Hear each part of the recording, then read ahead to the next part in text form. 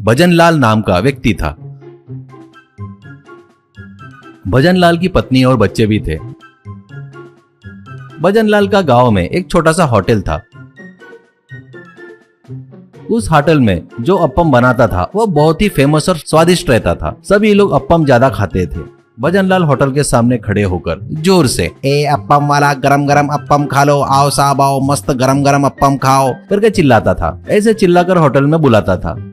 ऐसे वो छोटे से होटल में 1000 अप्पम बेचता था। लेकिन उतने अप्पम बेचकर भी बिल्कुल भी ज्यादा फायदा नहीं हो रहा था। गांव के सभी लोग भजनलाल के अप्पम के बारे में बात करते हैं। एक व्यक्ति, वाह भजनलाल बनाए सो अप्पम कितने स्वादिष्ट है, बताए क्या तुमको। दूसरा, भजनलाल बनाए सो अप्पम मुंह में डालते ही ऐसे पिघल जाता है, क्या बताओ यार। और एक आदमी, अप्पम पाया का कॉम्बिनेशन सुपर रहता है, ऐसा कहता है। पर बेचारे भजनलाल को फायदा कम ही होता था, जिससे भजनलाल हमेशा दुखी होता था। ऐसे रहते वक्त एक दिन गांव में एक बड़े रोड बनाने का काम शुरू होता है। वो काम रामचंद्र कंस्ट्रक्शन कंपनी वो रोड बनाने का काम कर रही थी। उस कंपनी के मैनेजर मुन्ना लेबर वर्कर के लिए घूम रहा था। वैसे घूमते घूमते एक दिन मुन्ना भजनलाल के होटल में आकर वहाँ अप्पम खाते रहता है। उसे अप्पम बहुत पसंद आता है।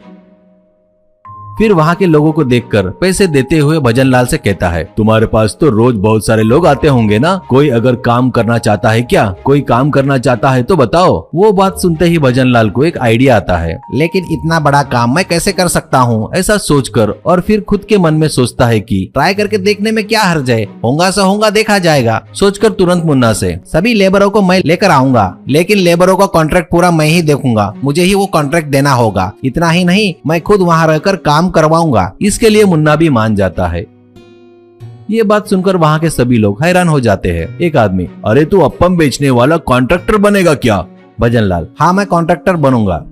उसके पास आने वाले कस्टमरों को, लेबर वर्कर वालों को अपने पास रोककर, मैं तुम लोगों को अप्पम फ्री में दूंगा, इतना ही नहीं काम भी दूंगा, लेकिन रोज 8 घंटे काम करना होगा और जितना काम उतना पगार भी दूंगा, ऐसा कहता है। इसके लिए वो सब खुशी खुशी मान जाते हैं। ऐसे लेबरों को लेकर रोड बनाने वाली जगह पर जाकर मुन्ना से मिलता है। मुन्ना उन्हें काम शुरू करने को कहता है। सभी लेबर रोड का काम कर रहे थे।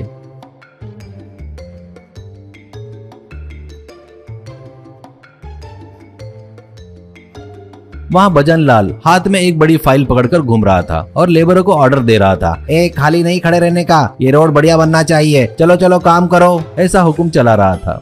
तुम लोग होटल में अप्पम खाई नहीं क्या रे, सीमेंट बरोबर नहीं बन रहा है क्या। इस तरह लोगों से बात कर रहा था भजनलाल। भजनलाल जी, आपके हाथ में अप्पम नहीं है, इस प्रोजेक्ट का फाइल है करके आश्चर्य होते हैं।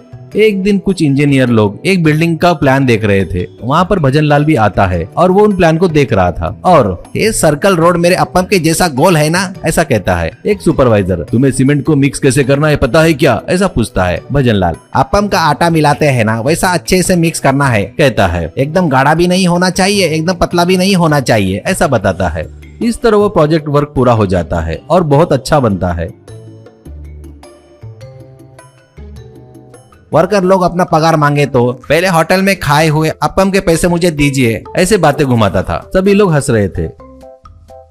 इससे कंपनी का मैनेजर मुन्ना आकर, प्रोजेक्ट बहुत ही अच्छा है भजनलाल जी, आप अप्पम से अच्छा कॉन्ट्रैक्टर का काम किए करके तारीफ करता है। भजनलाल खुशी से, एक और कॉन्ट्रैक्ट मेरे साथ कर लो, अप्पम आपको फ्री में मिलेगा, ऐसा कहता है। ये सुनकर मुन्ना हंसकर, इस बार लेबर रोड कॉन्ट्रैक्ट नहीं, बिग बिल्डिंग के कॉन्ट्रैक्ट भी और आपको सब कॉन्ट्रैक्ट के रूप में देने के लिए हमारे मालिक ने कहा है, ऐसा बोलता है। ये बातें सुनकर भजनलाल बहुत खुश होता है।